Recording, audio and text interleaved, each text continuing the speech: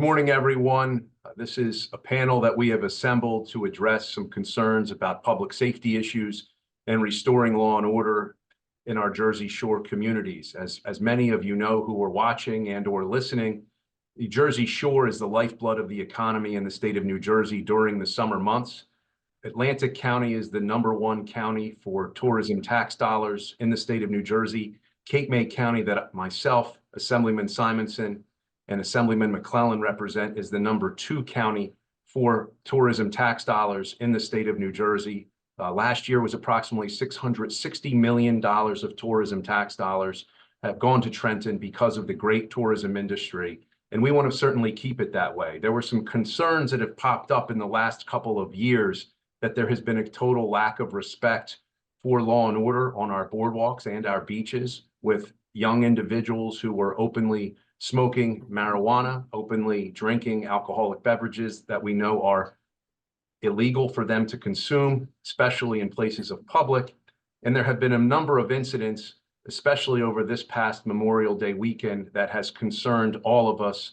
But just between the city of Wildwood and, my understanding, Seaside Heights, there were over 1,800 calls for service between just those two municipalities over Memorial Day weekend alone.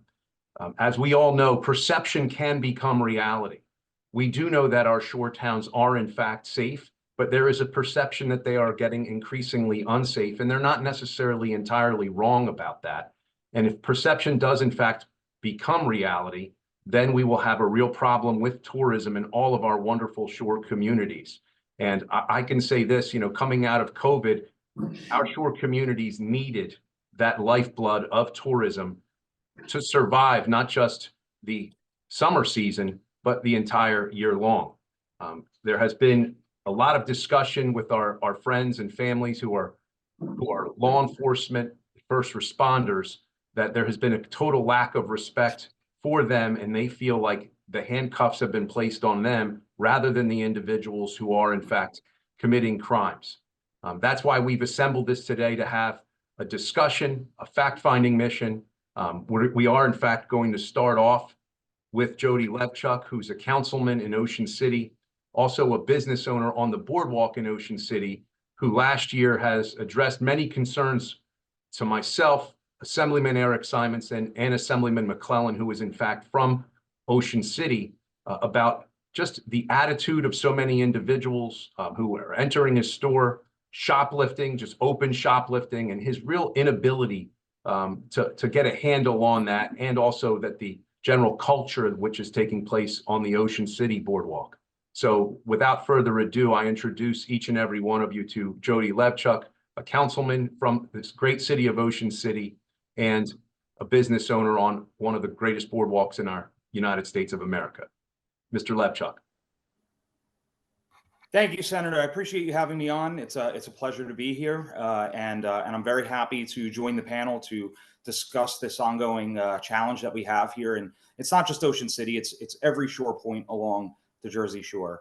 And I'm glad that you've been able to pull this together so that we can really address this challenge and get a handle on it before another summer season rolls around of issues that a lot of merchants and residents face in Ocean City. So first, I just want to start off by saying that Ocean City is a wildly safe town. We're a family resort. We're a family destination. We're just troubled with some of the youth issues that we have here. We're still safe. We're still a great place to come. It's just that there is a major youth issue. Our police department does a very fine job. I couldn't expect or ask for another thing from our police department in Ocean City. We have a fairly large department during the summer season. So it's not a numbers problem. It's not a department problem. The problem is really, I peel the onion back on this pretty far to the nucleus of what is the problem. And this is from my seats of where I recognize the problem to happen. The problem is we have juveniles who believe that they can't get in trouble for anything that they do wrong. And the boardwalk's an exciting place to be. The beach is an exciting place to be. We want people to let loose. We want them to have fun. We want them to scream and yell and do all kinds of things that maybe they wouldn't do at their home to let loose. Okay, but shoplifting and starting altercations and drinking of alcohol and smoking of marijuana and other substances open and in public in a place that's meant for families to gather is completely unacceptable to me. And that's what's, I feel, been one of the major differences over the last couple of years, where, it's no surprise to me to see these challenges come alive really at the same time that a lot of laws that have been changed over the last couple of years in New Jersey. There's a common denominator there. And to take it a step further is you have parents who allow their children to gather, to go amongst their friends, which there's nothing wrong with. They should absolutely be able to do that. But parent monitoring and parent involvement seems lacking as well, because the kids have learned, they feel that they can't get in trouble. And good parenting or proper parenting would ensure to their child, yes, you absolutely can get in trouble. So there's obviously a parenting issue there as well. Now, I don't expect the government to parent children. Our police shouldn't have to parent children. Parents need to parent their children. Parents need to equip their children with how to behave properly. They need to explain to them that there are consequences to their actions.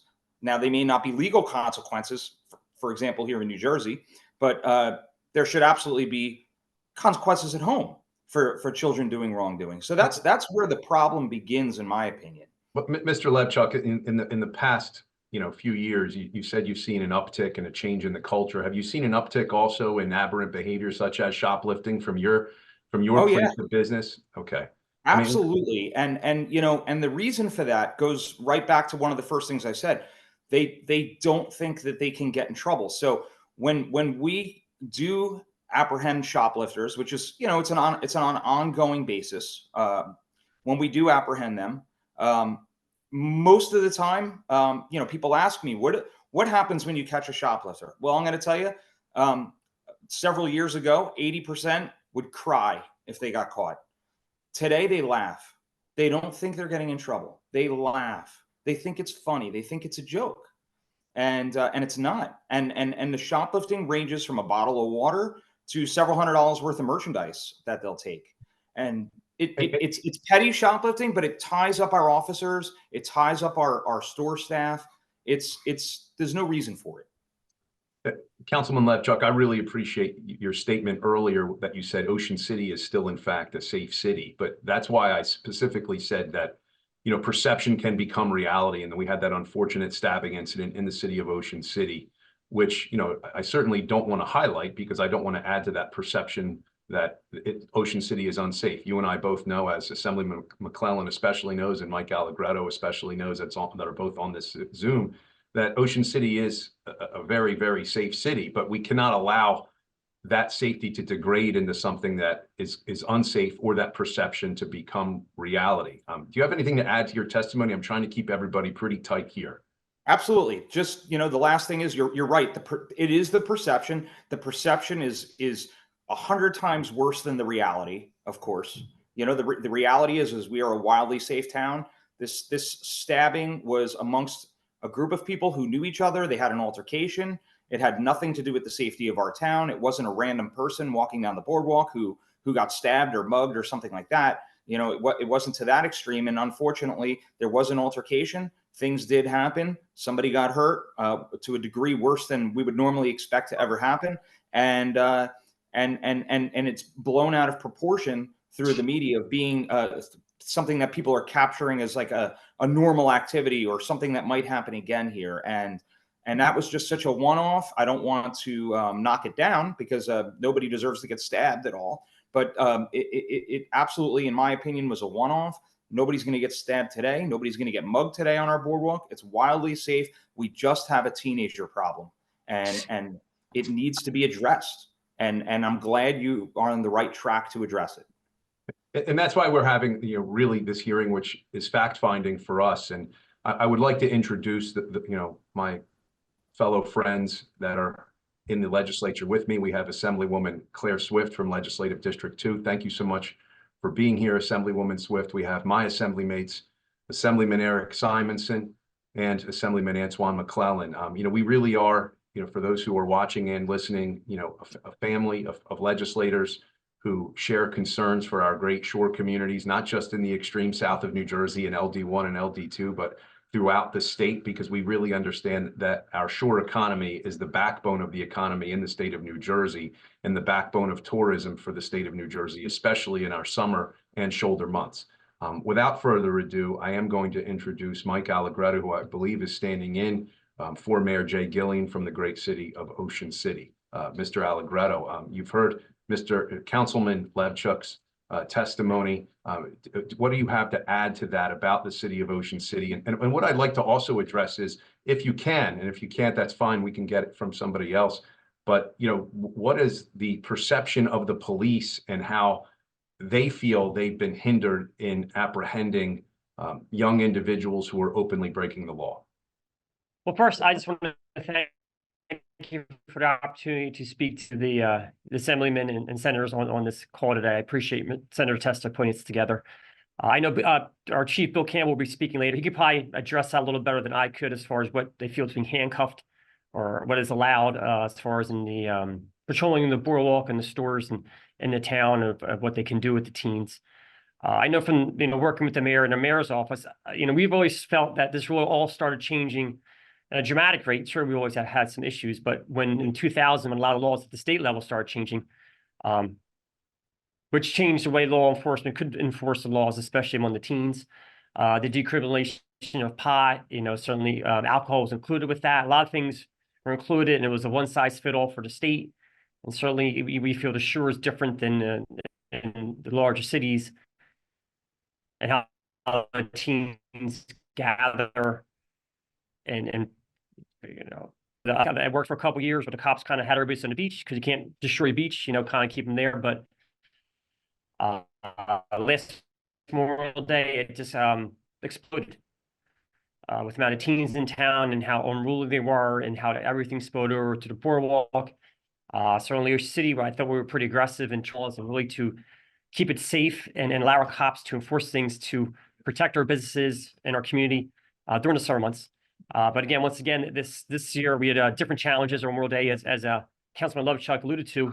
What was specific instances where the people knew each other. It wasn't somebody random events walking down the boardwalk. So we think we still have control over that.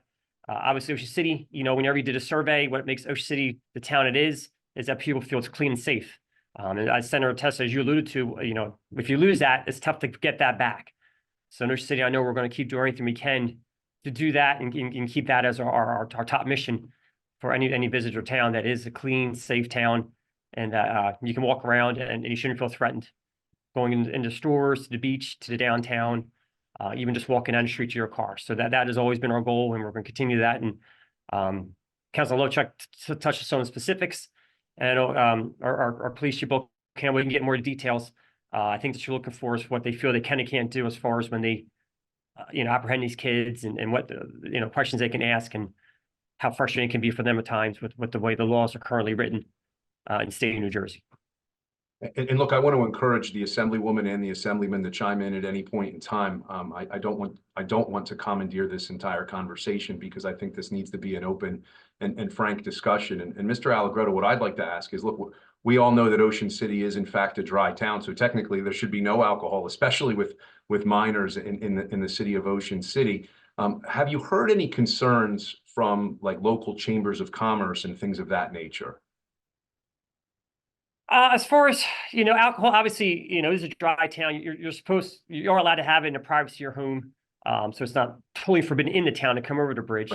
But certainly, it's becoming, I guess, more difficult with the teens and what where they can conceal it and what the police are allowed to take.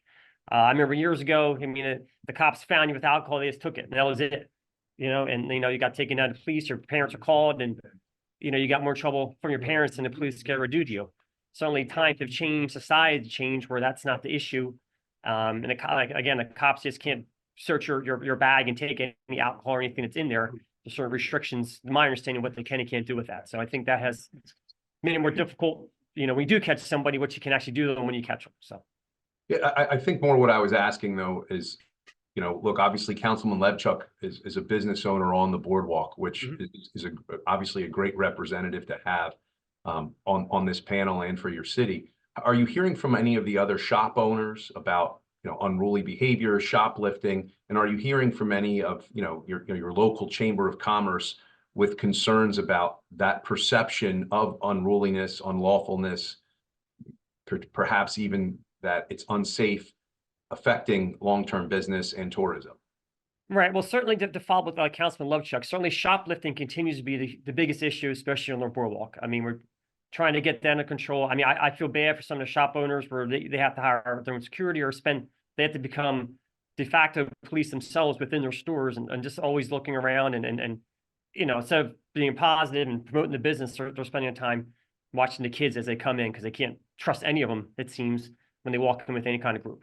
As far as for the Chamber of Commerce and our local business leaders, certainly, we're always concerned if the town, when you have a stabbing on the boardwalk, that's never good. And they are concerned that it could hurt the brand long term. Certainly, there were some knee-jerk reactions for people who decided, I'm not going to come to Ocean City. Certainly, we got several emails and phone calls about that, how they no longer feel they can bring their children here, which, it's a very small percentage, but, even one phone call, one email like that is not good. We don't like that. I mean, certainly that's never where we want to be. So we want to, get back to where everybody feels 100% that Ocean City is a place they can come. And maybe that's a little bit is the problem where some parents feel that their kids are going to Ocean City, that they drop them off and go have fun, which, we're a victim of our own success sometimes where all parents feel their kids can just come to Ocean City. They're not asking what they're doing, where they are, if they're really going to where they said they're going. And then that's where they end up in stores, they end up on the beach doing the things that they shouldn't be doing. So we always want to make the message to parents, you are responsible for your children. Please make sure you know what they are doing, and reinforce the values that Ocean City has as a town. I appreciate that, Mr. Allegretto. Do you have anything further? I'm trying to keep this on somewhat of a tight schedule, and it becomes a little bit difficult before I introduce the mayor of Wildwood, Mr. Ernie Troiano. Do you have anything to add? I do not. I know we still have our chief coming up, so I'm sure you hear more the concerns from Ocean City. So, Mayor Troiano, for those that are watching and listening, I have a great love for the city of Wildwood. My first job in my entire lifetime was as a member of the Wildwood Beach Patrol. And Mayor Troiano has been a staunch advocate for the city of Wildwood for many years, probably going back to when I was a lifeguard in 1990. Yes, I am that old. Without further ado, the mayor of the city of Wildwood, Mayor Ernie Troiano. You have the floor, Mayor Troiano. Thank you, Senator. I appreciate the opportunity, and I can only reinforce the statements made by the two previous individuals with regards to the parenting issues. These kids have little to no respect for anyone, no respect for themselves, no respect for their friends, no respect for the police, officials, adults, just a total lack of respect for any form of authority. And it's become an issue where we feel that we cannot enforce the laws. I mean, we're told we have the laws in place, but we brought up the issue about police. We can't get police. We put in for 30 this year, which is less than we normally get. We try to get between 40 and 50. We put in for 30. We started with 11. It went down to 9, and it may be at 7 now by the time they get out of the academy. Now, Mayor Troiano, I don't mean to interrupt, but just for the edification of everybody that's watching and or listening, when you said it's down to 9, do you mean SLEO, special law enforcement officers, or do you mean full-fledged Class 2? Officers? Yeah, class 2. Class 2 summer officers, which, like I said, we normally get between 40 and 50 to complement our force at about 90 officers. We will probably be somewhere in the vicinity of 50, which is considerably less. We're actually putting class 1 meter maid officers on the boardwalk as a presence of authority. And we hope that sometimes deters, at least a uniform will deter the activity of these kids. But they're lawless. I mean, we've had issues. Monday night, not on the board, but with the rentals of properties, where you have a property with 150, 200 kids in there partying and just openly drinking and smoking marijuana like they're 25, 30 years old. It's just they're so brazen, it's just hard to comprehend. And when you say something to them, the comebacks, you're lucky we're not in jail, to be honest with you. But it's an issue that needs to be addressed. I want to thank the governor. He's called me numerous times. He gave us an additional state police help the last 2 weekends. We're in our weekend, our senior week throws right now, and like Councilman Allegretto said, with regards to these kids are bringing their problems from their neighborhoods to Wildwood and the seashore with no parental guidance. There's no one there to keep them from acting out their aggressions against each other of what has been happening back in their own hometown. So it becomes an issue where, okay, we're now down the shore. There's no parental guidance here. And now I can take my beef out with whoever I had a beef with at home. And it becomes that a number of years back, we had two parochial schools out of Philadelphia thought it was okay to stab each other, multiple stabbings of each other, and they know each other. So it's not like, and I always tell everybody, I said, when someone talks about the safety of Wildwood, that really annoys the daylights out of me. Because if you go a block off the boardwalk, there's people didn't even know anything was happening. It's basically the boardwalk and that immediate community that's on the boardwalk that sees the activities. But it's just, 1 year we sent our chief of police and our court judge to the parochial schools and the public schools in Philadelphia and told them it was a zero tolerance. And that if you got caught down here drinking or whatever, you were going to get locked up. We don't have that right now. And I know the Attorney General made comment that there are laws in place for all that. Here's the other problem. There's no cash bail. It allows these kids to be out before the police officer pulls the paperwork out to start doing the complaints and the write-ups. And when that happens, they're out immediately, and my police officers are there doing their police work for the next few hours, doing the paperwork, because it's all about paperwork too. But I want to commend our police department. Our police chief did an outstanding job. We instituted the state of emergency after a discussion with our police chief, our OEM director, and we thought I signed that over to him with the discretion that when he thought the boardwalk was in a situation where he felt he was losing control of it because of the kids, to institute that. It worked out exceptionally well for us. About an hour and a half after we started moving kids off, we now had to have those little skirmishes down through the town until we got them, dispersed completely. Mayor, Memorial Day weekend was obviously a hot button issue for the city of Wildwood.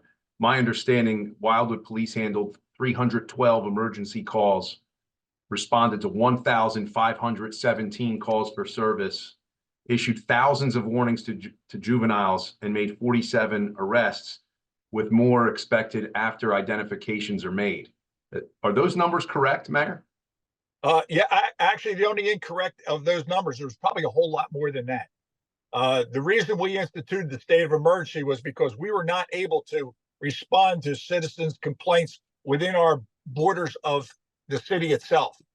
So we were able, the Crest, North Wildwood is tough to get a hold of them because they have their own issues. They have their section of boardwalk and their problems in their community also. We actually we're working with the Calumet County Sheriff's Department to bring in additional officers that we pay for during the course of the summer. So we're doing everything we can to put police on the street. We just don't have them, and I don't see them coming in the future the way things are going. But our calls were a whole lot more than that. So, Mayor Troiano, you and I have spoken many times since these incidents occurred. Obviously, you had a lot of discussions with Governor Murphy. I've spoken to your chief of police, who's going to be testifying later. There was an unfortunate comment made by the Attorney General that, to me, was placing blame on the city of Wildwood. You and I discussed that. Could you touch upon that a little bit? Well, when you're from Wildwood, you expect that, to be honest with you. It's always, we're always sometimes looked at as the ugly stepchild that doesn't know what they're doing. The amount of people that come into Wildwood far exceeds the other communities. On any given night on our boardwalk, on a busy night, we have over 250,000 people on that boardwalk. And when people go, oh yeah, there was a fight here and there was a fight there. When you have 250,000 people on your boardwalk and you have a fight here and a fight there, I remind everybody, how many people used to go to the to Vet Stadium to watch an Eagles game, and all the fights that happen there, most of it alcohol induced. And we are in the same situation where these kids are down on the beach during the course of the day, drinking, and they've wised up. They got their their Yeti containers and their Solo cups and all. It's not as blatant, but they're burying alcohol on the beach, and there's groups of 100, 200, 300, 400, sometimes in 500 and 600 kids that'll show up in one spot. We have our police officers actually monitor the Facebook and different accounts to see where these pop-up parties are. So we try to keep an eye on that and then beat them to that scene before it happens. And when we get there, we eliminate some of those events that happen. But being that they're drinking all day, they're drinking at night, then of course the beer muscles come in and everybody starts getting stupid. Well, thank you, Mayor. I want everybody who's on this panel to stay on this panel because we're going to have a Q&A session, but I really would like to try to stay on time here, and I think we're doing a pretty good job. I want to introduce the Director of Public Safety from Long Branch, Mr. William Broughton. Mr. Broughton. Yes, good morning. It's very interesting, what we hear from the other communities. It's a very challenging problem that we're facing. I mean, I think Long Branch's issues have been just a little bit different. Long Branch's boardwalk is a little bit different in that, it doesn't have the amusements that some of the other boardwalks have had or actually have. So we've really used a different strategy in the past 2 seasons that we've had. In the first season, we did have a lot of people come down to the boardwalk, and these large fights broke out, thousands of people creating issues. Since then, we've done extensive investigations into the promoters of these types of events. We were able to learn who was promoting the event and actually get in contact with those individuals. Some of those individuals we were able to bring into court as well, and we received judgments against them. We also, issued cease and desist orders to those individuals as well. So using our legal strategy, working with the city attorney, working with the prosecutor's office, we have achieved some level of success in kind of, tamping down, so to speak, these pop-up events. But coupled with our legal strategy, there's still a necessity to be prepared to deal with a pop-up party if, a flyer is posted and that information gets out there. It gets posted and reposted, and it goes out thousands of times to different people, and you got to be prepared. So recently we had a pop-up event here in Long Branch, and that was on June 8th, this past weekend. Our strategy has always been, like I said, start with your legal strategy. Then the second part of it is, your presence. We had a very significant presence there. We felt that what we were going to do is have a zero tolerance policy and ensure that we do not allow the party to get started. So we did not allow any radios, no speakers on the beach. So no one was able to get a party started. We had no alcohol. We made sure that we checked every bag, Yetis, everything we checked. I think we significantly limited the alcohol that came onto the beach. In our main Pier Village area, we had a very strong and significant presence of officers, kept the people moving, and our strategy was to wait. As long as everyone's peaceful, it's a family beach, you can come enjoy yourself, but you can't start an issue. Around 6 o'clock, it started getting clogged up, and we closed the parking entrances. We didn't allow anyone else in. Around 9 o'clock, the kids started to form up and started to get a little bit rowdy, and that's when we closed it down and ushered everyone to the train station.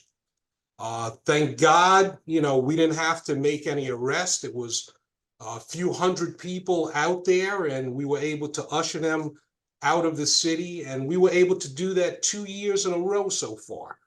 But I think that there is some things that the legislature needs to consider to give law enforcement, some more tools in their bag, so that when you have these events that actually get out of control, our first strategy, as I said before, is always to not let it get out of control, because once it's out of control, that creates a very huge problem. So we have a captain here, Captain Joshua Bard. He's been a captain here he's been working with this department for almost 25 years now. And he's been doing some extensive research on the pop-up parties. And one of the things that he looked at is, once we arrest a person, once it devolves into arrest, we don't have a great deal of tools to go after the individuals that are participating in the party, and to go after the individuals that are promoting the actual party. Those are the individuals that we need to be able to impact, the people that are promoting the party. We need to be able to hold them civilly liable and criminally liable.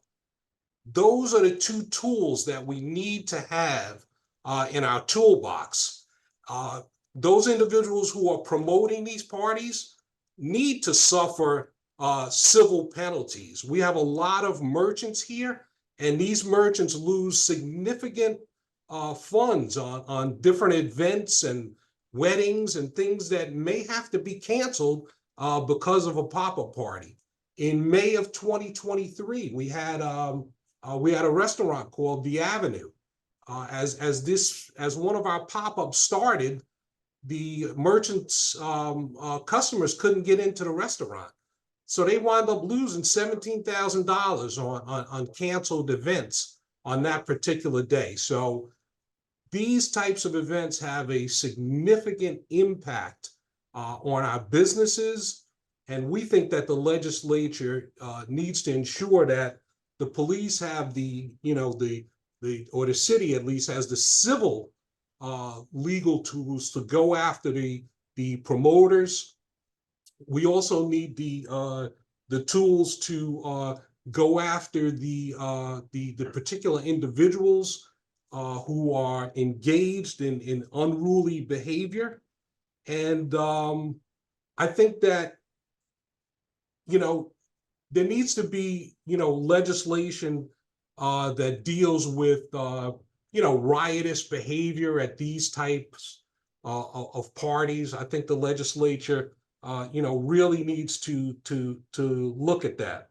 I know I'm a little bit all over the place, but I just want to make sure that, I'm touching everything that I could touch. Director, not at all. I just want to, if I can interrupt you just very briefly, I can tell you our legislative team has been working on both the riot issue and pop-up parties. I mean, we had a very unfortunate incident in the city of Wildwood with a pop-up car rally, which, resulted in two tragedies.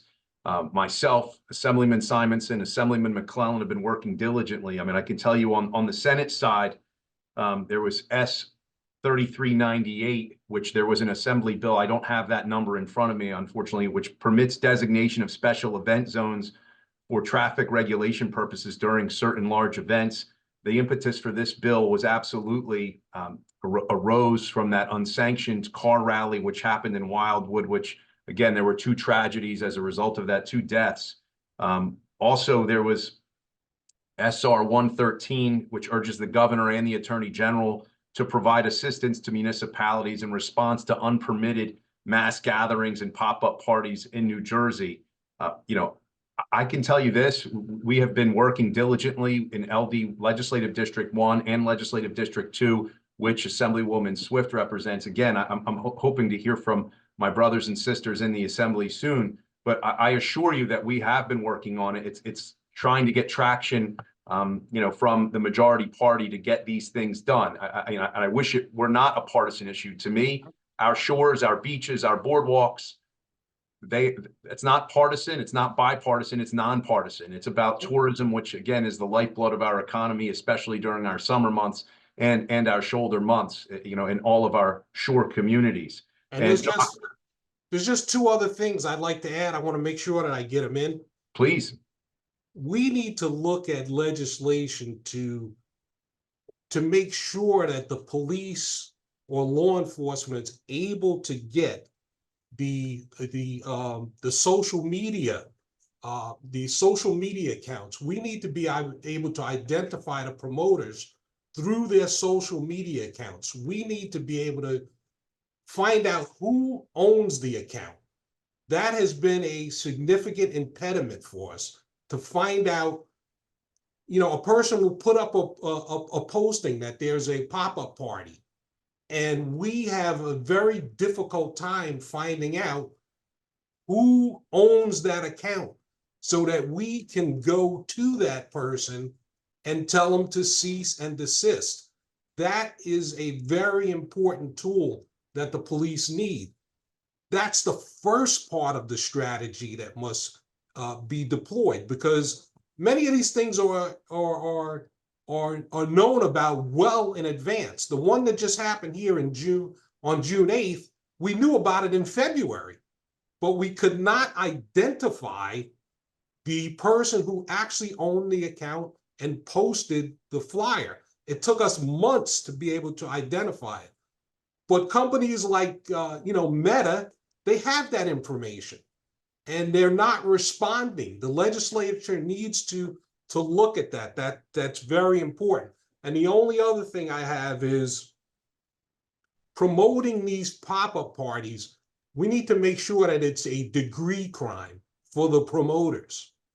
And it could run right along what the riot statute is, depending on the property damage or the losses. It could be a 3rd degree crime, 4th degree. I think that's something that the legislature, really needs to get worked out to ensure that the police have the, appropriate tools. Also, funding to put forth, the manpower in advance. A lot of municipalities, they just don't have the funding. And another thing the mayor talked about, he talked about trying to get people to become a police officer. It is very difficult. We just started our last hiring session. We wanted to hire 10. We went through 100 people. 100 people. We get to 10. We're going to wind up hiring 4. So this is a huge problem. It's not a Long Branch problem. It's probably a problem larger than New Jersey, about how people feel about police officers. But, this is something that we are equipped and we can deal with this. But we all need to work together. Law enforcement needs to work with the legislature, and we need to work with the community as well to deal with this issue. That's the key, is coming together and working together. No one wants to see these types of pop-up parties occur. Even the parents whose children are there and acting unruly, they don't want it either. So I think that we can all work on this issue together. Like you said, this is not a partisan issue, and it impacts all of us. If it impacts our finances, if it impacts our revenue at the shore, it impacts everybody in New Jersey.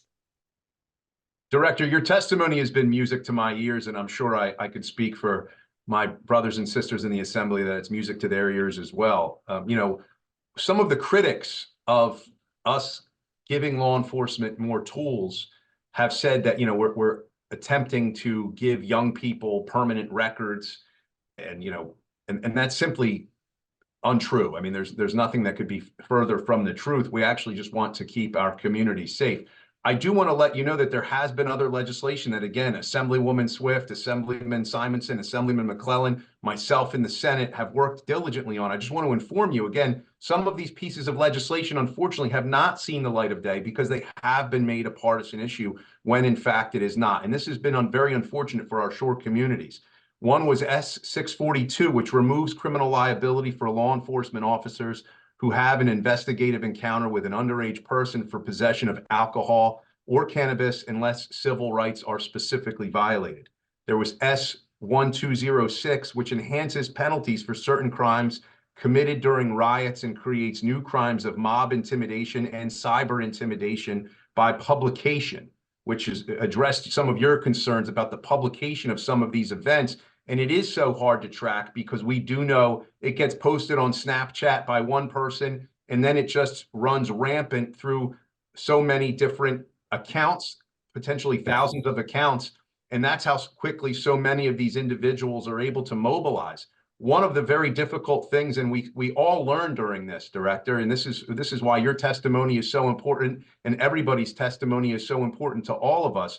We learned when there was that unfortunate pop-up party in Wildwood. They knew law enforcement was coming, so they went and mobilized inland, you know, and in a parking lot in Assemblyman McClellan, I believe it was Middle Township, right? Near, when, you know, over 300 cars just suddenly mobilized from the city of Wildwood into Middle Township. So you're absolutely right. We need to be able to give law enforcement the tools, the municipalities the tools to know who are the organizers of these events to put a stop to it. And like you said, you knew about this in February and had a very difficult time finding out about it until June. I don't want to hold the floor up completely. I see Assemblyman Guardian, former mayor of the great city of Atlantic City, is here, now the Assemblyman from Legislative District 2. We have great legislators from our shore communities on this hearing, and I'm hoping that they're going to interact until for the next 10 minutes or so, then we're going to bring on the second panel. But thank you so much for your testimony, each and every one of you. It's been extremely enlightening. Thank you. Thank you. And Mike, Yes, Mayor. one thing I would like to offer, if this was an isolated incident with one or two or three or four communities, then I could say, okay, maybe there's a problem within that community. We are all in the same boat here. This is not, even the communities where they don't necessarily have boardwalks. Look at Avalon, what they went through, what Seattle was going through. It is an ongoing problem with all of us, not isolated to any one or two or three or four. It is a universal problem. Unlike what the AG said that it was Wildwood's fault because we weren't prepared, nor did we have the force. We had 40 police officers on the boardwalk. 40. We only had 18 in the town. And that's including the officers that we brought in that we had to bring from the sheriff's department and what have you, and what other community was able to give us help. So, I mean, when you have to put 40 police officers on a boardwalk for 26 blocks, that speaks volumes of the problems we're having.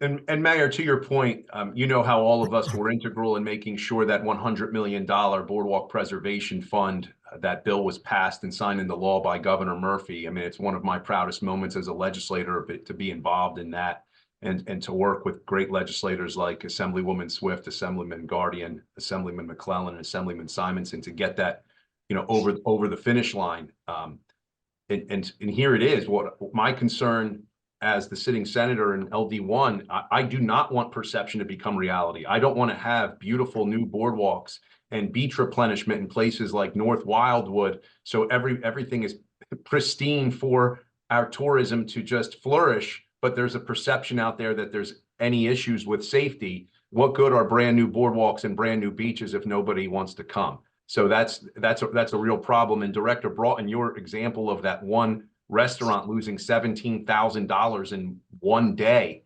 that could break a lot of people very quickly, especially if they have more days like that. We cannot allow that to happen. And I agree, we all need to work together, pull in the same direction, give law enforcement the tools that they need to prevent this from happening, give municipalities the tools that they need to punish the bad guys criminally and civilly. Again, I don't want to take up everyone's time. We have so many legislators. This is a rare occasion that we have a bicameral Zoom meeting hearing like this. And Senator, if I may add, thanks for hosting this Zoom hearing here today, because we live in a very unique area. I'm from Atlantic County. District 1 is Cape May County, Cumberland County. We live at shore towns. I live in Margate, and Mayor Troiano from Wildwood. We have these issues right here in Margate, and we don't have a boardwalk. I liked what Director Broughton said, that you have to try to prevent these issues from coming. Senator Testa and I are both criminal defense attorneys, and back in the day, if you got in trouble in Ocean City, they had the strictest judges and prosecutors, but these kids aren't even getting to court because the police are handcuffs. They can't do anything with these juveniles. So what I'm hearing is that we have a lack of police officers, and also we have a lack of law and order with the statute. So, Senator Testa, Senator Vince Palestina, Don Guardian, Antoine McClellan, Eric Simonson, we all do work together to try to pass legislation, not only both in the Senate and the Assembly, so that they mirror each other and they have teeth. But any input that we have from you, this was very enlightening today. And what I'm hearing is funding for police officers, and also these pop-up parties and making them a degree crime, because it is causing dangerous situations in all these municipalities.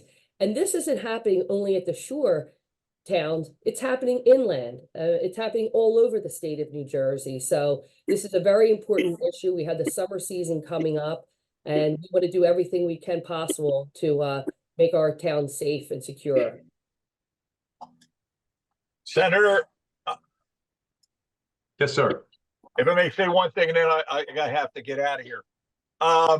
When we encounter these kids, and I think this is important, we do not ask them what their party affiliation is. we don't ask, are you a Democrat, you a Republican, you an independent? No, you're a lawbreaker, and you need to be adjusted accordingly. So that's the one thing I think should be taken away from there. And point well taken about, look what happened in Gloucester. Look how many county fairs have been closed down because of kids acting knowing. Maybe there should be a law in where the parents, I just saw 2 parents put in prison because their kid took a gun and shot somebody. Maybe that needs to be handled in that manner also. Well, thank you, Mayor. I can tell you're ready to go pour some concrete. I know you're out on a job. There is no doubt in my mind, but would like to hear from Assemblyman Simonson and Assemblyman McClellan, not necessarily in that order. However, they can rock, paper, scissors it, I guess.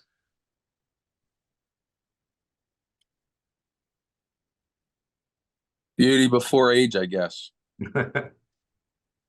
No, I mean, look, it's all been said here. I think one of the main aspects of this is, and Mayor Troiano said it, you have police officers up there, even if it's just showing, the visual of authority. But the problem is the kids aren't respecting the authority.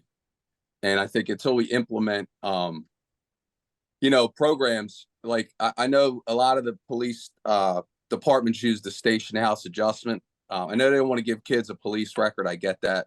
But I mean, I've used in my district that I implemented we call an Impact 6 program, like 6 hours on a Saturday, which usually not only is it inconvenience for the kid, but it's also an inconvenience for the parent if they have to drive them on a Saturday morning and pick them up at a Saturday afternoon. And during that time, we worked with Cape Assist, which is an organization down here, to have police officers, mentors, and people spend 6 hours with them. Whether you watch some videos, you answer some questions, you take quizzes, you're basically educated in how to act. For lack of a better, and I think that's the issue. When we talk about the police issue is everywhere. We're hiring, basically young people at minimum wage to go up there and try to restore order, and they're being disrespected. They're being cursed at, spit on.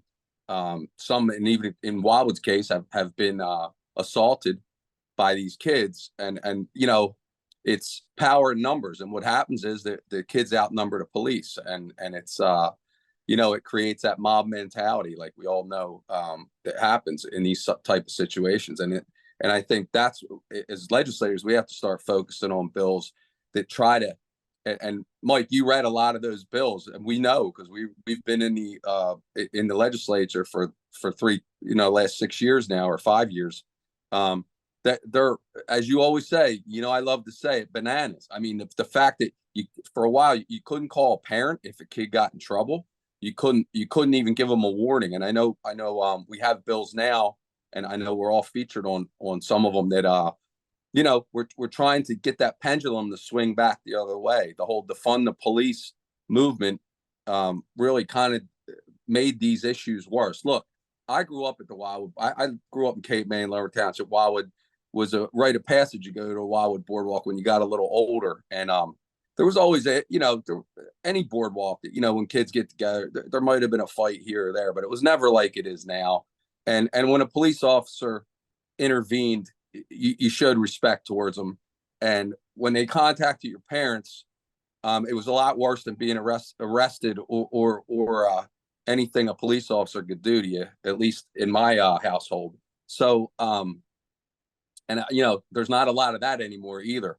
But I liked, it was mentioned, punishing the parents, having them do community service or something like that. I mean, there's a lot of ways to skin a cat, and we can, that's where we're at right now. But I mean, I'm just echoing what's been said here already, and which I'm sure will continue to be spoken about, because these issues aren't going away until we change the culture, until we get more police officers. But also, we have to restore respect for our police officers.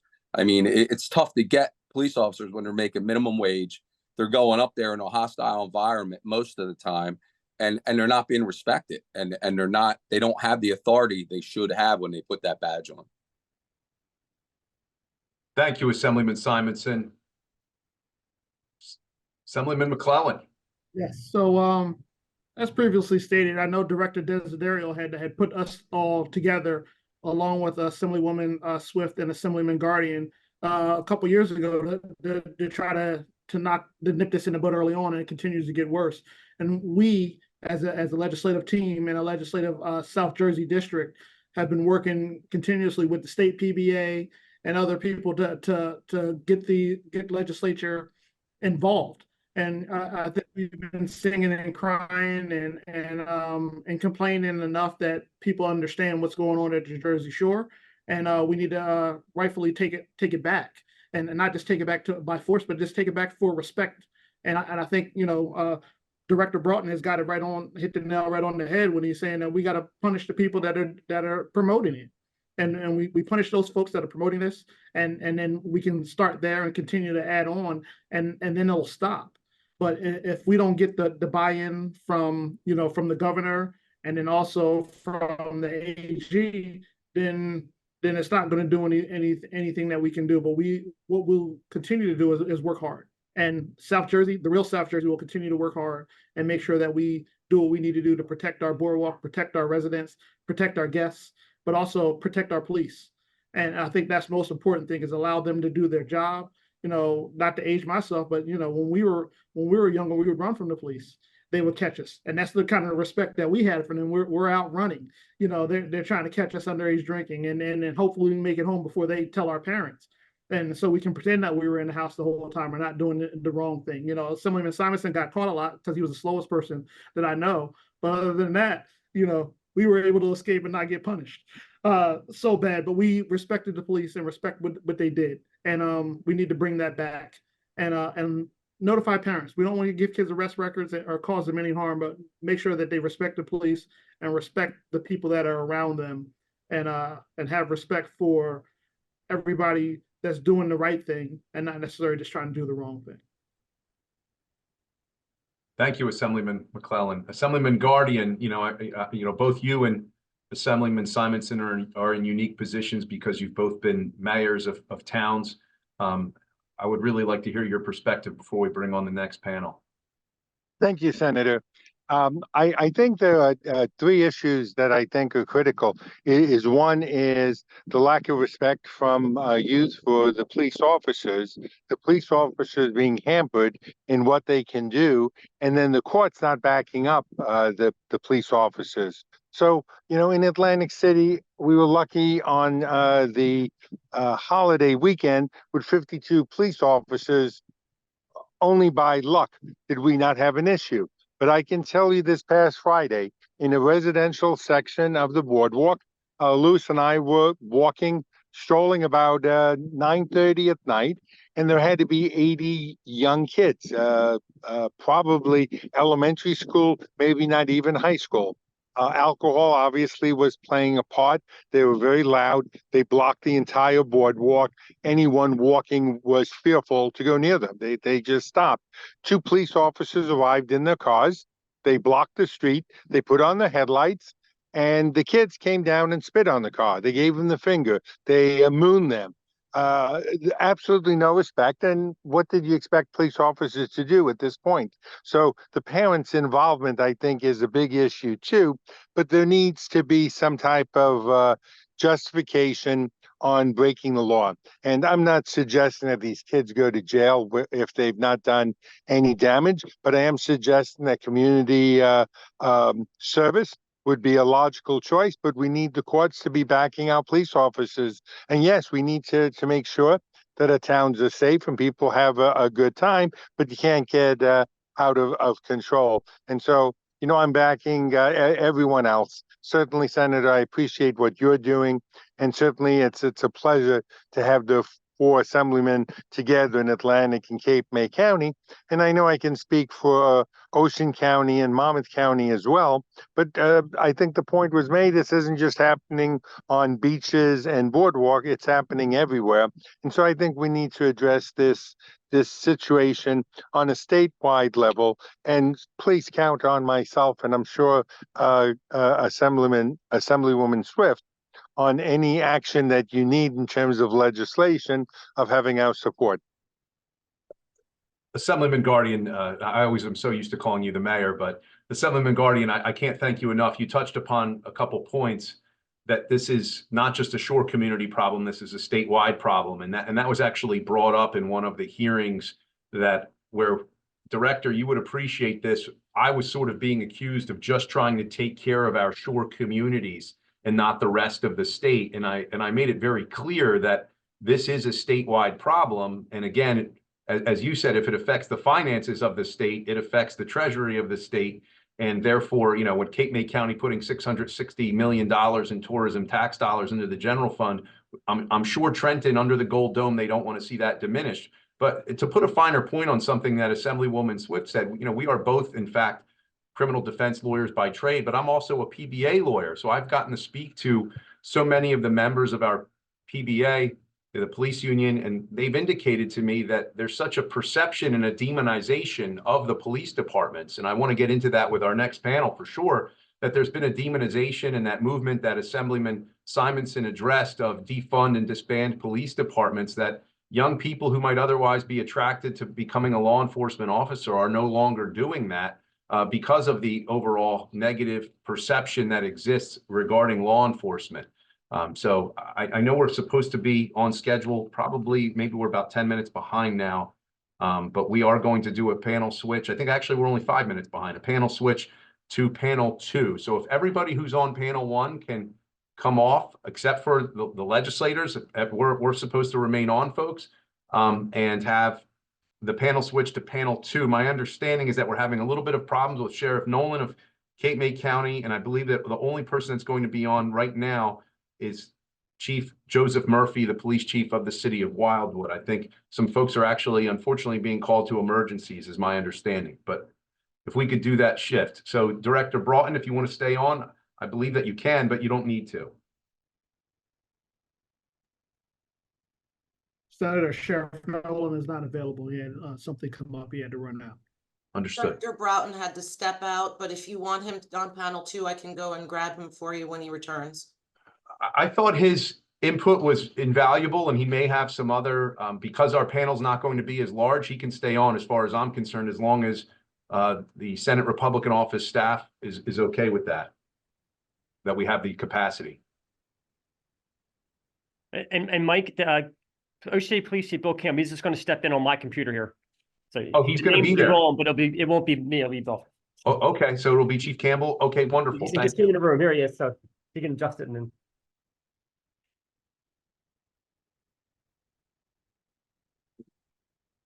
So Chief Campbell, you're technically supposed to have the floor very shortly. I just want to make sure, see if anybody else is coming on. I see Chief Joseph Murphy from the city of Wildwood is on now. Sheriff Nolan cannot be on. I'm not sure if Chief Lloyd from the police chief from Wildwood Crest can be on or not. I'm going to check my messages. That's why I'm looking down at my phone. Excuse me. Senator, I can tell you that Chief Lloyd is not going to be on the call. Okay. Appreciate that. Okay, so Chief Campbell, like we've been discussing a number of issues related to our shore towns, incidents that have taken place in various places in our shore towns. Obviously, we had that very unfortunate incident that we don't want to be, you know, a black eye on the city of Ocean City, because we know Ocean City to be an extremely safe town. But one of our concerns is that, you know, perception becomes reality. And from what myself, Assemblywoman Swift, and the assemblymen who were on the phone have heard, you know, from some of our merchants, some of our, you know, hotel, motel owners, that there's this concern out there that maybe our boardwalks aren't necessarily as safe as we'd like them to be.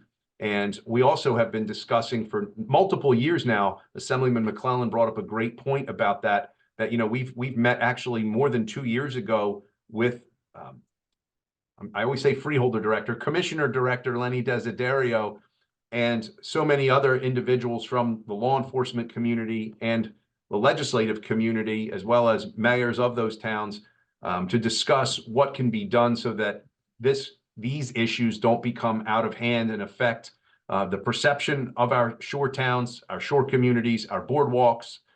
And that's really where we are at this point in time. So Chief Bill Campbell, if you could introduce yourself and address some of those issues as to what you think is happening and what needs to be done to correct these issues.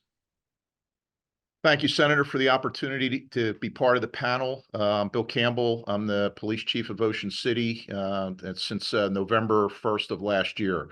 So I agree with a lot that's been said. I would add that I think both the juveniles and the parents should be held accountable. And beyond that, I think that the entire juvenile justice system needs to be reformed. This idea that, you know, any detractors that are saying that the juveniles, you know, they're worried about them having a record, I think that's nonsense. And I think if the juveniles, if they're held accountable for their actions, and as well as the parents, and I think that's really, I think the crux of this problem is, you know, to bring the parents in.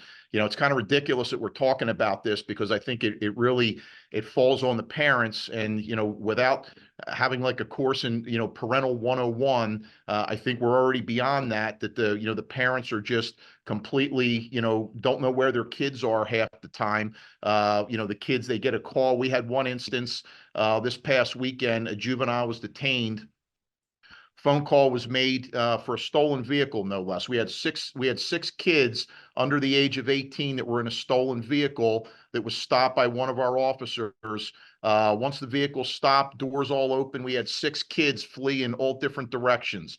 Fortunately, due to great police work, all 6 were arrested and brought back to headquarters. But one of the juveniles, their parents were notified, the mother, and after contact was made, several, more than 6 hours had gone by, and the kid lived in New Jersey, not that far away, and the mother hadn't come to the police department. So the officer then had to call the police department in the town in which the kid lived. And now by this time, it's well past midnight, knocks on the door, rings the doorbell, was greeted with, less than less than a cordial greeting at the door. And the mother and the family was upset because the officer woke everybody up, and she was annoyed that she had to come down to Ocean City to pick up her son. So, you tell me that she shouldn't be held accountable. She shouldn't be civilly and criminally held responsible for the actions of her son, especially when she refuses to come to the police department to pick up her son. And then we have to contact her home agency police department to go knock on the door. So I think, that is, legislatively, whatever could be done, I think to include the parents and hold them civilly and criminally liable, I think would go a long way. And, I think going back, 4 years with when we talk about the shortage of police officers, it's not only to the director from Long Branch, to his point, it's not just a New Jersey issue. This is a United States issue, largely.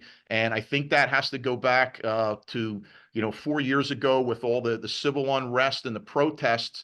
And, officers at that point where their hands were tied, they were often told, to stand down and to not do anything. They were basically being set up just to be targets with really no enforcement power to do anything to, the mobs of people, the demonstrators that were throwing rocks, bottles, full on assaulting the officers. And, there were many occasions where, the officers really didn't have the authority to, arrest these people. They were really just, like I said, I don't know what their purpose was. I think they were really just out there more or less to be targets. And, that I think we're still fighting our way past that. I think the, COVID and the civil unrest, I think that is still relevant today. And I think slowly but surely we're working our way out of it, but not entirely, because we're still having these recruitment issues in law enforcement, both, seasonally, as Mayor Troiano pointed out, and the director from Long Branch to, full-time police officers, because, folks just, they don't want to do the job. I think the memory of what they've seen as far as these violent protests and demonstrations that have happened, from 4 years moving forward to, these unruly juveniles and these pop-up beach parties, etc., are just, tainting, I think, the idea of, young people to want to get in this profession. Chief, you said a mouthful for sure, and I appreciate that. We've had many discussions on the Legislative District 1 team, and Eric, Assemblyman Simonson quoted me earlier saying that I say this is bananas, and certainly that whole notion about the summer of love when people were attempting to light a federal building on fire, and they said that they were just peaceful protesters, and having officers have to watch that and stand down, as you said, certainly led to a massive lowering of morale of law enforcement officers who were already on the job, and the demonization of law enforcement as a whole, in my opinion, with the defund and disband police department movement, certainly was not going to lead young people to be attracted to the field of law enforcement as a profession for their lives. Before, I'm going to save this question. Do you have anything more, Chief? Because we have Chief Murphy on as well, because I'd like to pose my questions to the both of you, because it's pretty rare that we have 2 chiefs of police from major shore towns in the state of New Jersey on at the same time, as well as the director of public safety from another town. So do you have anything to add to that, Chief? No, I'll turn it over to Chief Murphy, and then we'll be glad to answer whatever questions you have. Thank you so much. And two relatively new chiefs of police for major shore towns. Chief Joseph Murphy. Everybody knows. Again, I've never been shy about my love for the city of Wildwood because it was certainly my first job. And as Assemblyman Simonson said, going to the Wildwood Boardwalk as a young man was somewhat of a rite of passage for sure. And Chief Murphy, if you could add to this discussion, we'd love to hear from you. Hi, good morning, everybody. Thanks for having me on today. Good morning. Chief Joseph Murphy, City of Wildwood Police Department. Just a little background on myself.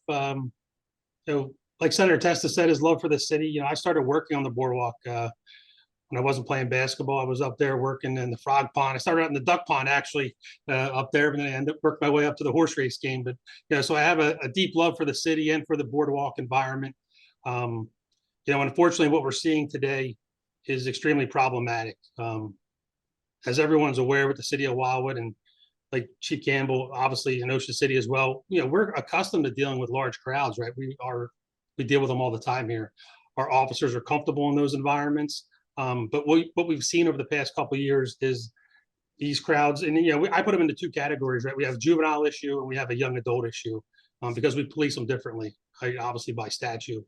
That crowd has turned extremely hostile and aggressive towards uniformed law enforcement officers.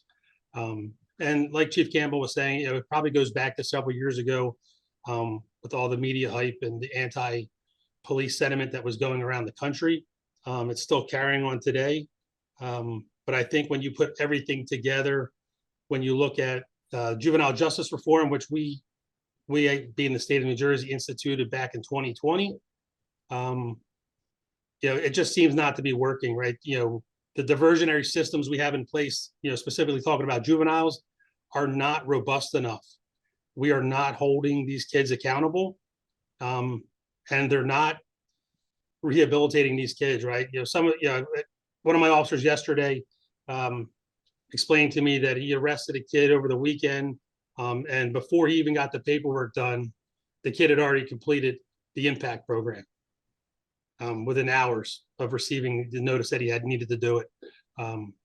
It's something that needs to be looked at statewide, in terms of juveniles. If we're going to continue down this diversionary path, which, maybe the path the state wants to take, I just think we need to address these diversionary programs.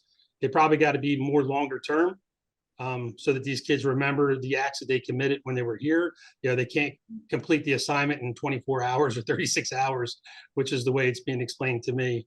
And in terms of this older crowd, we need more, when we look at the legislation currently, when we look at the marijuana and the alcohol, right? We look at the, it was impressed upon me that the deprivation of civil rights have been removed from the statute.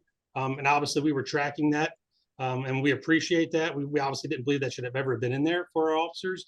It had an extremely bad chilling effect on our officers. But there's still things in that statute for us when we're dealing with crowds of people on the boardwalk, right? Anyone in that category under 21. The warning system that is implemented in that statute, it's not practical, right? If I'm dealing with a group of kids on the corner in the city, not a big deal. I can take down names. I can give out warning sheets. I can give out literature on, the problems with alcohol or marijuana. But when we're dealing with, 75 or 300 kids on the boardwalk or young adults, how do we implement that warning program? It's not really applicable to those scenarios. And Chief, how do you track that? How do you track that warning system? You do a written warning in Wildwood, they can go to North Wildwood or to Cape May or to Ocean City or to any other place the next day, and you don't know that person got a warning yesterday, correct? Yeah, I think in terms of, you can't, Senator. That's the bottom line is you cannot. There's no tracking between departments, and it almost feels like we were set up for failure when we read the statute. We really can't do our job, which we love to do, right? We believe in dealing with small issues here, and they prevent bigger issues. We really believe in that, and it's worked out well for us over the years. But right now, we kind of feel like our hands are tied with this stuff. And obviously, I'm sure you've heard it from the mayors. Now we're in a position where the cities are trying to implement their own laws and ordinances to kind of countermand and work around, this state stuff that has kind of tied our hands. So Yeah, the other thing I wanted to impress upon you is if there's any legislation coming up to support, we're seeing a lot of these pop-up parties, which does draw that juvenile and young adult crowd. Anything to hold these promoters accountable would be greatly received by us at this point in time. Everything we are currently doing is civil in nature, right? We're getting injunctions, we're doing cease and desist letters, on top of trying to track them down. We obviously do not get a lot of help from social media platforms, so it takes a lot of work from our state resources and our local detectives. So any legislation you guys could come up with to hold these promoters accountable criminally, for putting these things in play. And I know Long Branch had one this past weekend. It's one of those things where we're starting to see it more statewide, right? We saw in Gloucester County 2 weeks ago. This past weekend, I was made aware of an incident in Pennsauken, up in Camden County. So these things are occurring all over the state now. So hopefully everyone's eyes are, a little more wide open at this point in time. So, Chief, Chief, I was also made aware of a pretty large incident with 100+ individuals in Point Pleasant this past weekend as well. So, this is extremely unfortunate. And I know that Assemblyman Simonson and Assemblyman McClellan and I'm sure Assemblyman Guardian and Assemblywoman Swift have seen these as well from the towns they represent.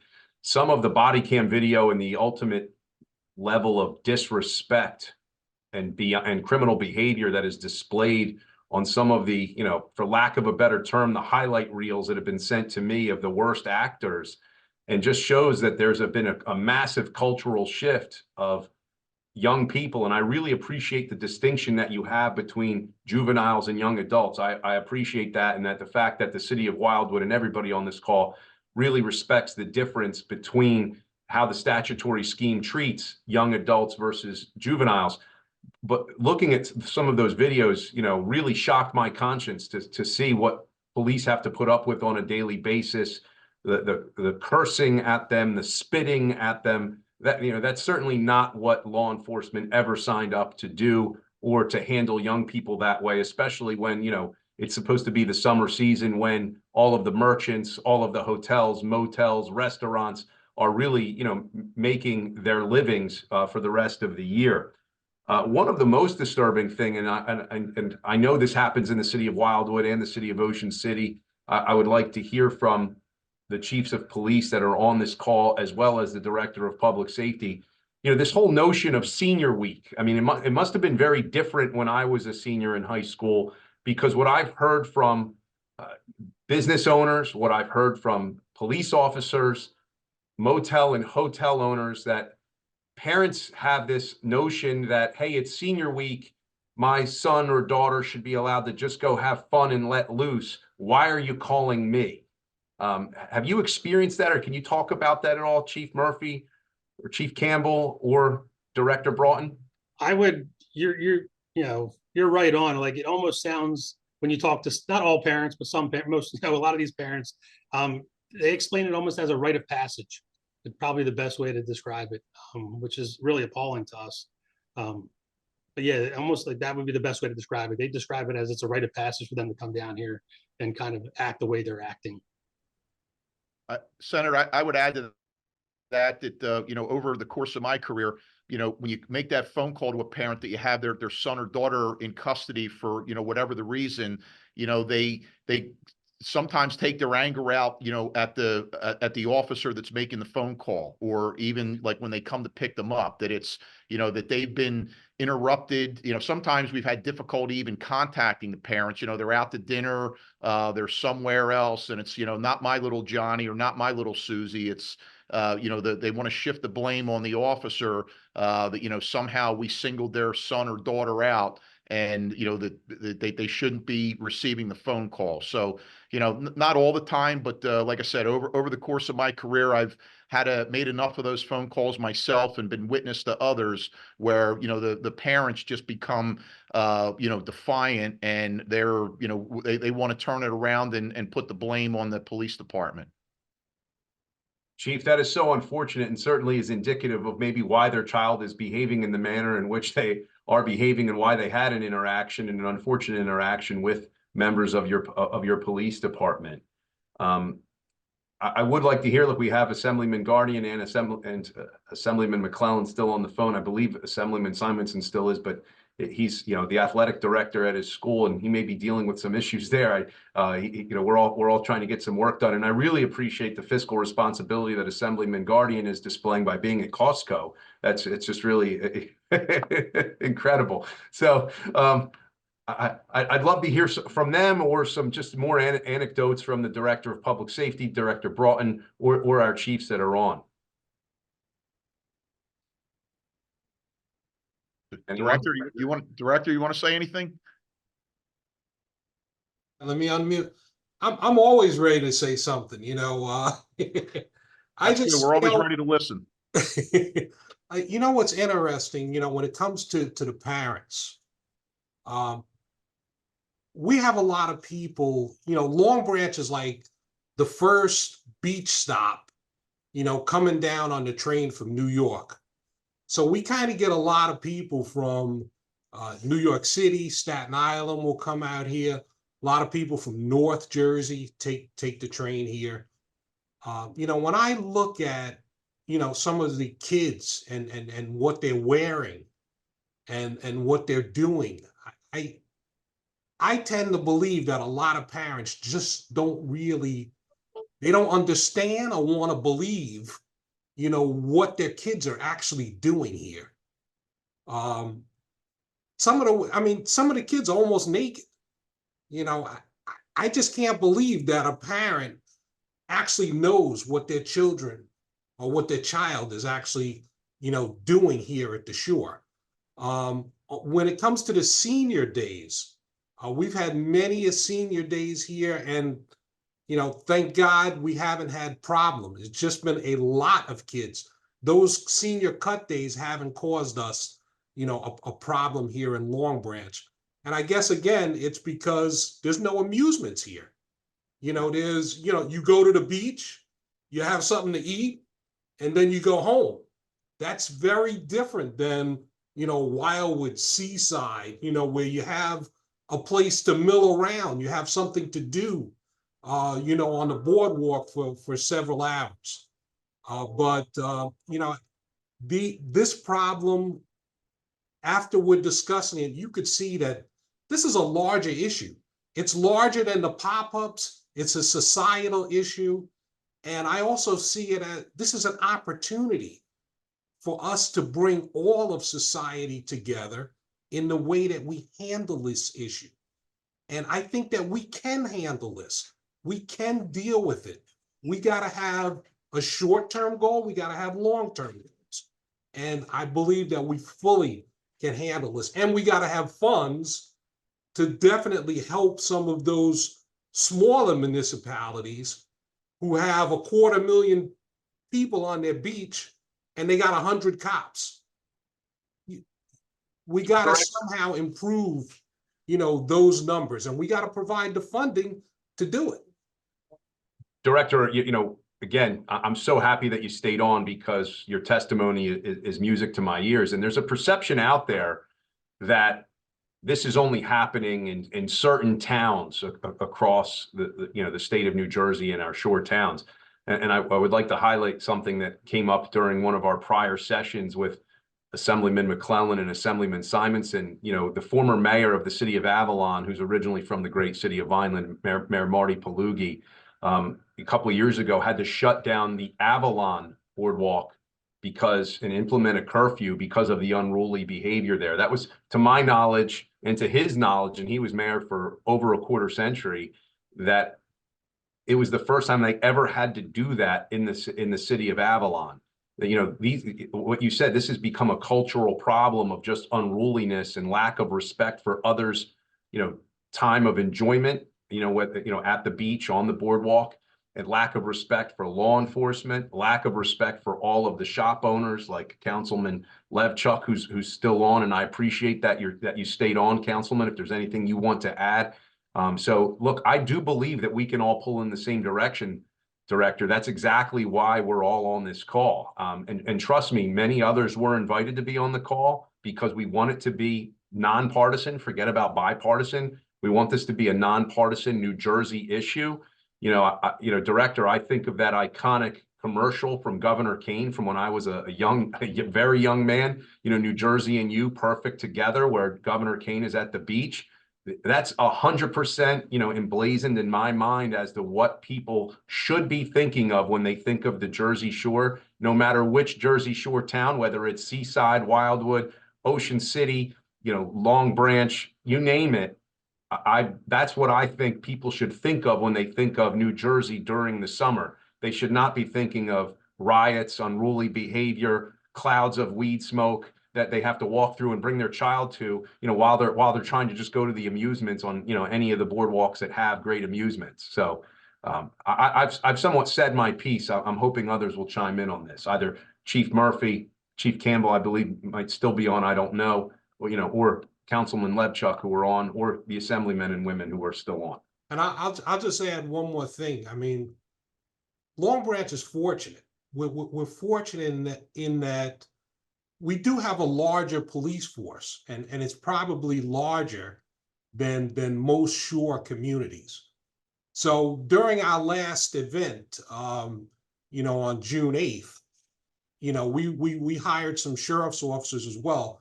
We had 150 cops out there from the beginning. So that's very different than what our neighbors, are able to produce, if they only have, 20 cops, 50 cops. Wildwood doesn't even have as many cops. So those municipalities need financial support.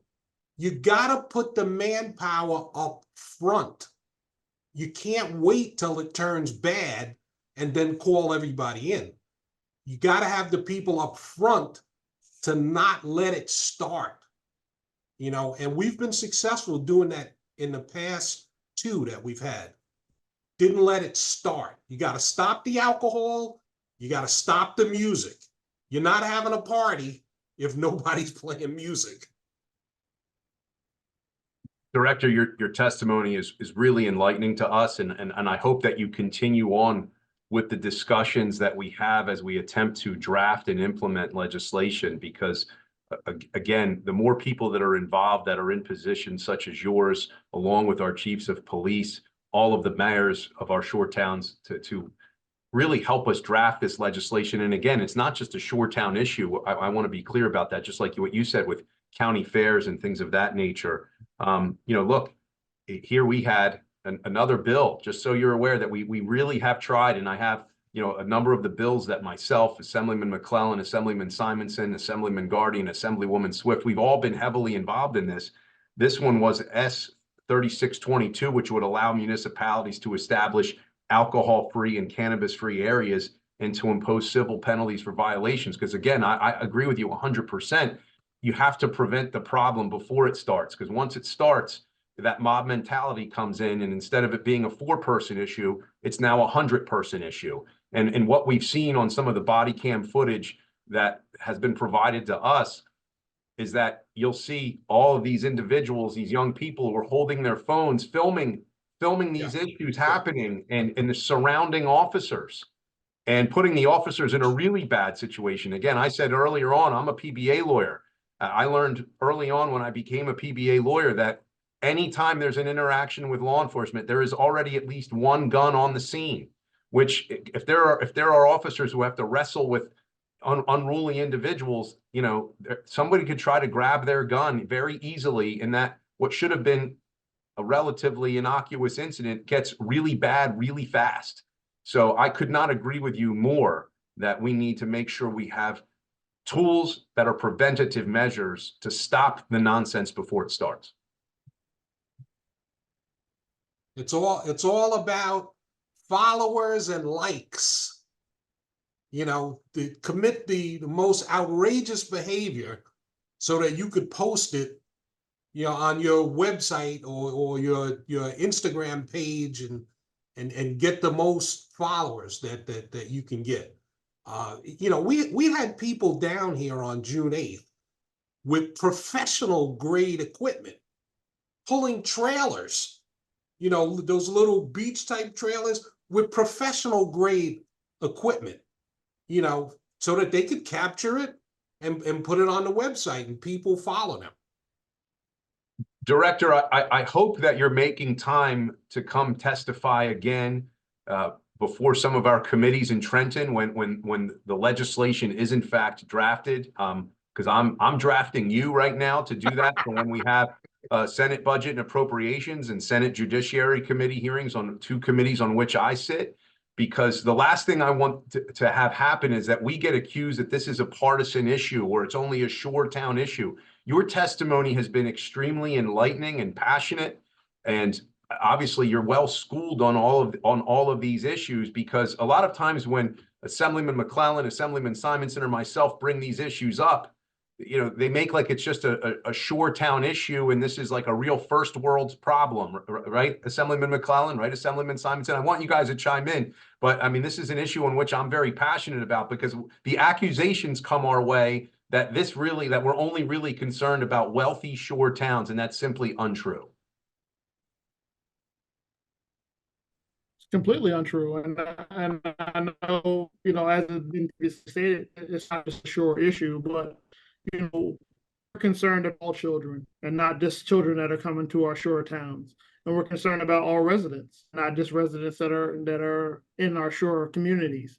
And we're concerned about our guests. We're a tourism state. So we want to make sure our guests continue to come back and are able to do what they want to do with their families and continue those traditions. But more importantly, we want to make sure that our police, our men and women of the police and first responders, have the opportunity to serve and protect. And that's the most important thing. And serve and protect without getting in any trouble when they're trying to do the right thing and make sure that they're keeping everybody else safe. And we'll continue to preach that and celebrate that, especially with people like Director and Chief Murphy and the great help that you are providing, Senator, is huge. And we're going to work hard and make sure that we bring our community back to where it was in the past when we were growing up. Yeah, and I was going to add, Mike, that nothing better than hearing from police chiefs, and we do communicate and directors, safety directors, to encourage us and give us the information needed to write legislation, and then we can fight to get it into committee and get it passed, et cetera. And I know, and just you reach out to people in the community. I drafted a bill based on my school resource officer here in our district. There was an incident which was just mentioned in a different, it happens all the time. We had a fight, and girls had another girl or friend set her up to make sure she videoed it, and then the girl came up, and obviously the sucker punched and the whole thing, and there was a lawsuit, and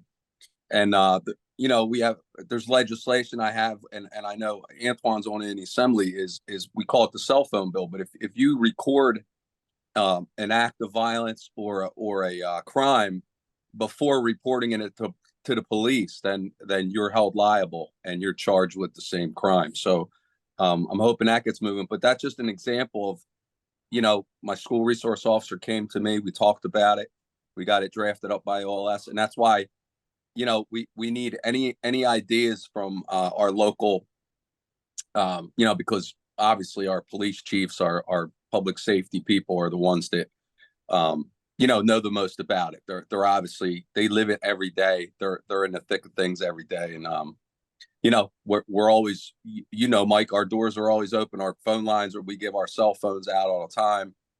Any ideas that you have that we can take and run with and try to get past, to get this, like I said before, the pendulum swinging back in law enforcement's favor, we're all for it.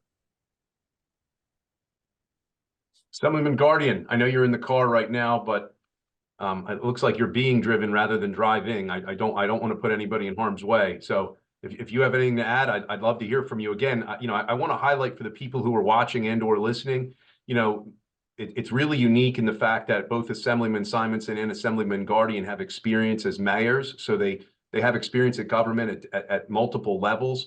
Assemblyman McClellan was a school board member and a city council member. So they're really unique in that they've dealt with these issues at not just the legislative level, but at the municipal level, which is really important. So Assemblyman Guardian.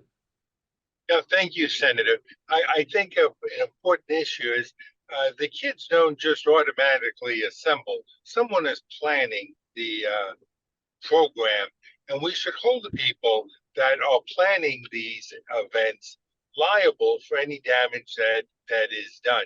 So it's not just the kids getting together, it's the people who are actually planning these parties.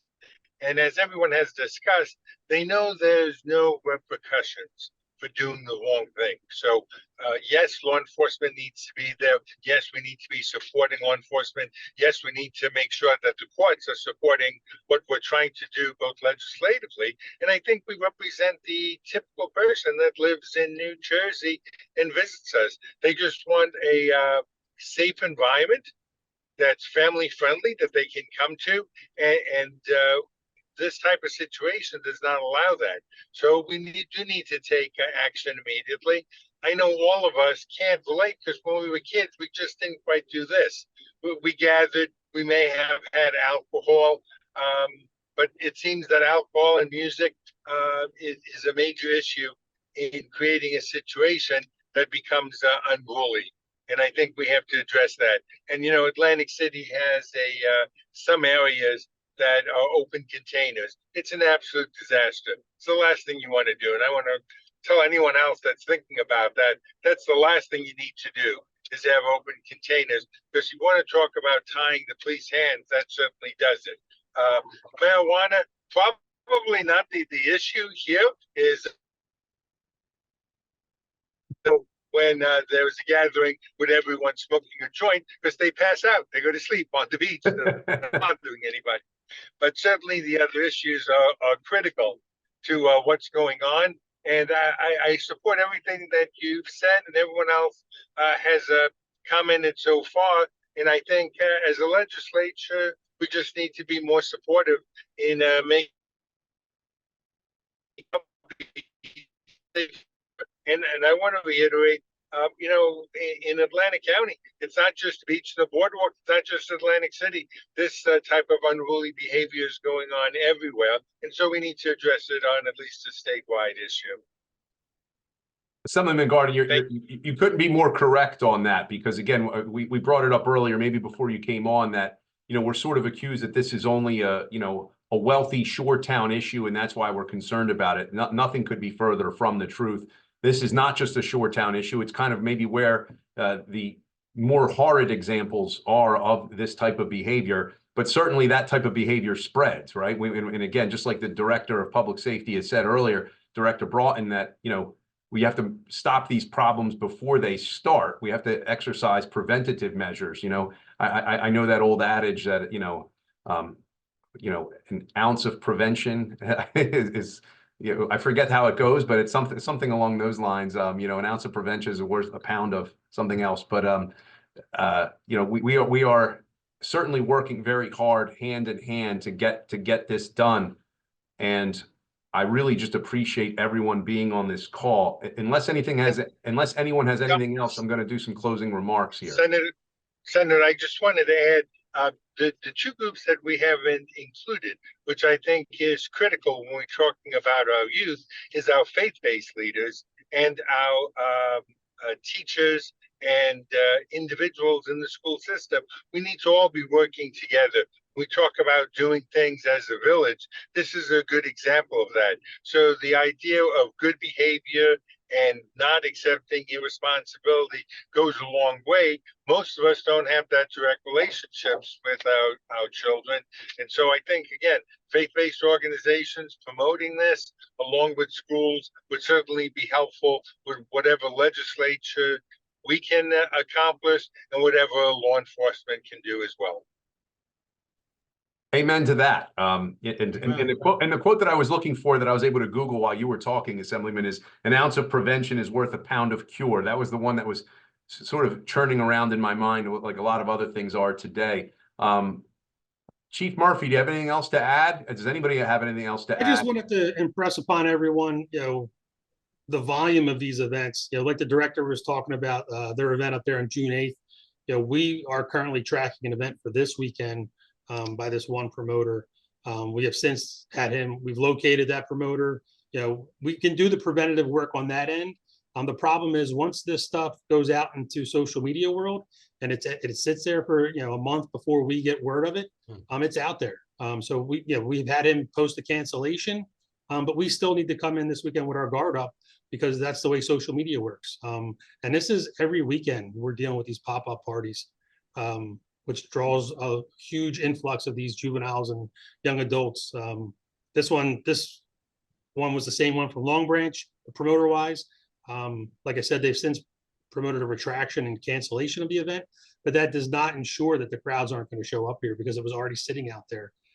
So just like Long Branch, where I actually did my internship when I went to Monmouth, I worked in the juvenile unit there, great agency. So the work that's being done by law enforcement is incredible, but it is not, we need more tools to address these issues because it's soaking up resources and officer power that we could be utilizing in other areas in the city. And it's costing the taxpayer a significant amount of money. Just like Long Branch, we brought in the sheriff's department. It costs the taxpayer money to bring those resources into town. So the cost of this is significant. So it would be nice to see some accountability for these promoters. And I hope you guys are really successful in pushing that legislation forward, and we appreciate your efforts. Thank you. Director, anything to add before we close? No, I echo, the sentiments of the chief and of Assemblyman, I think, Guardian. We got to work together. We got to get those other communities involved, faith-based and school, teachers and the community involved. Got to develop those short-term plans and those long-term plans. This, as the chief said, is costing the cities and the townships a significant amount of money. Long Branch, in the last weekend, we brought in the sheriff's department. The bill is $49,000 just for the sheriff's department. That doesn't include what we spent on our own people. That's not sustainable for any, individual municipality. But as I say, I believe that all of these problems are opportunities. They're opportunities for us to come together, solve these issues, and draw us all closer together and bring us on one accord. I believe that 100%, and we can't miss these opportunities. And I think it's incumbent upon the legislative people to draw other Democrats in. I don't know what your strategy is going to be to speak with them, whether you get them in the back room or whatever and talk to them, but you got to draw some of them in and understand that you're not trying to criminalize people. You're trying to create peace, and somehow that has to be done. Otherwise, you're just going to continue to hit the wall. But we're going to deal with this issue and we're going to get it solved, and we're going to be better after it's all resolved. Director, I could not agree with you more. I mean, that was the entire spirit and intent of having this hearing, was to bring people together. And I agree with you. I think this problem, number one, is very solvable. I think just even with the people that we've heard from today, if we all put our heads together, guess what? We could probably solve a whole lot of the problems, and, hopefully this is the first meeting, not the last meeting. I do believe, as Assemblyman Simonson and McClellan spoke about, I think the pendulum is swinging our way. I think that there are members, certainly in the Senate, that are now more open to hearing some of the views that we have, that they're realizing how ridiculous the allegations are that we're just trying to give young people criminal permanent records. That's certainly not the case. We want to keep our town safe. And to Assemblyman McClellan's point, it used to be on the side of every police car to protect and to serve. We have to give the tools to law enforcement to allow them to protect us, allow them to serve their communities. So that's really where I am on this issue. That was again, the spirit and intent of bringing a meeting like this together. We've gone a little bit over time. I do want to hear from everybody else before I just, have my closing remarks. So to the Assemblymen who were on still, Eric and Antoine, please, if you have anything to say it now or save it till the next meeting. Just say thank you to the director and Chief Murphy for hanging in there, and thank you to you, Senator, for putting this together. We have a lot of work to do. We'll continue to work together as a team, as a unit, and keep our police, in the forefront of this, and make sure that we get advice from them to figure out how we should legislatively be able to complete the task and give them the power that they need to protect and serve our communities. Yeah, and I agree. I mean, everything's been said. I mean, definitely have to work. And you know, I've done it here with, you know, assemblies explaining, you know, disciplinary action, and just respect for law and order. And I, you know, obviously the faith base. I know Antoine and I do a lot with Pastor Dawson down here, who's great with the safe communities. I know he does, you know, they do it in Atlantic County. We've been up with Don and Claire and Vince for some things up in Legislative District 2 as well. That's just one component, but we need more of those type things too, to just get out, and it helps our law enforcement get acclimated with the youth in a positive way. And you know, we just reinstill, it's the respect factor that, and it's not just police, but that's where it starts, because if they don't respect police, they're not going to respect teachers in the school or administrators or their own parents for that matter. And that's just something that, you know, we're going to have to keep working on, but it is fixable. And that's, I know all of us, I've heard some great stuff here today. Obviously we're all on the same page, and we just got to continue to share ideas and, you know, share ways to fix the problem. With that, I'm going to have some closing remarks. I just want to thank each and every person for attending who were on the panels, and for the people that were watching and listening to the live stream. I think this is going to be the first step in a little bit of a long journey to restore respect, as Assemblyman Simonson just said, for law enforcement, to remove the stigma of demonization of law enforcement that unfortunately has been occurring for the past 4+ years, as we've heard from a couple of our chiefs of police from our shore towns. You know, that movement of defund and disband police departments did not help our local law enforcement agencies to be able to do the job that we've charged them with doing. And we certainly are not out here to try to give young people permanent criminal records. What we are trying to do is keep our communities safe. And for those of us who represent shore towns, we are making sure that we understand tourism is the lifeblood of our economy, both in the summer and the shoulder season. And we want to make sure that our hotels, motels, all of our businesses that line our boardwalks, all of the restaurants in our shore towns have the ability to make the living that they deserve to be able to make. And we want to restore law and order in our shore communities, because that will in fact expand to other communities. That lack of respect for law enforcement, that lack of respect for the rule of law. We've heard some great ideas. I'm happy to know that the Director of Public Safety, William Broughton, is going to volunteer to continue to be on these panels. It was a lot of the information that you gave us was really with great insight, and I greatly appreciate the insight and the measured response that you gave to us. I'm hoping that you're going to be able to partner with us, because we need more partners who have experience in the public safety realm, as well as our chiefs of police. They have to be given the tools necessary to deal with these situations. And, you know, I implore, you know, the other side of the aisle to listen to some of the legislation that we've brought forward over the past number of years that unfortunately hasn't necessarily made it out of committee. I think it's high time. Most people the citizens of the state of New Jersey are demanding that their communities be safe, and remove that perception, which we know can unfortunately become reality for our shore communities. And once that happens, it's very hard to get that great reputation back. And I think we've heard so much great testimony and so many great ideas that we can implement in the long run, and we can learn from some towns that have handled these issues out of state. I know, you know, in prior meetings that we've had, we saw how Ocean City, Maryland has dealt with some of these pop-up parties. I think we need to take a page out of their book to make sure that this does not happen again in our cities, like what happened in an unfortunate incident in Wildwood and in other towns like Long Branch. So with that being said, I want to thank each and every person who attended the panel and who was watching and or listening the live stream. So with that, thank you all very much. Have a great day and enjoy the summer and be safe. God bless you all.